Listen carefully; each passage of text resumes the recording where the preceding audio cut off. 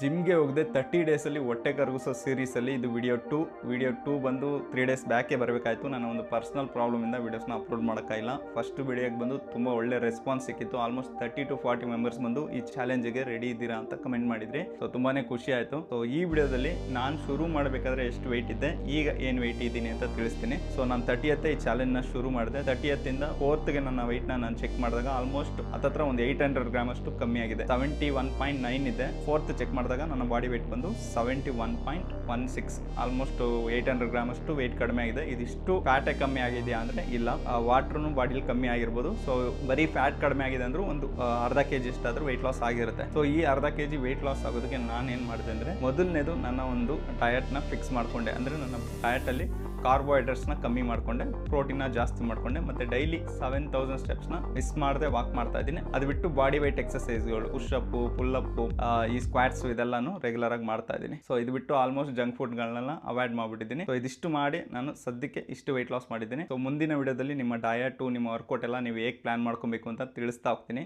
So ಆ ವಿಡಿಯೋಸ್ನ ನೋಡೋದಕ್ಕೆ ಈ ಚಾನಲ್ನ ಫಾಲೋ ಮಾಡೋದನ್ನ ಮರಿಬೇಡಿ. ಮತ್ತೆ ಸಿಗೋಣ, ಬಾಯ್.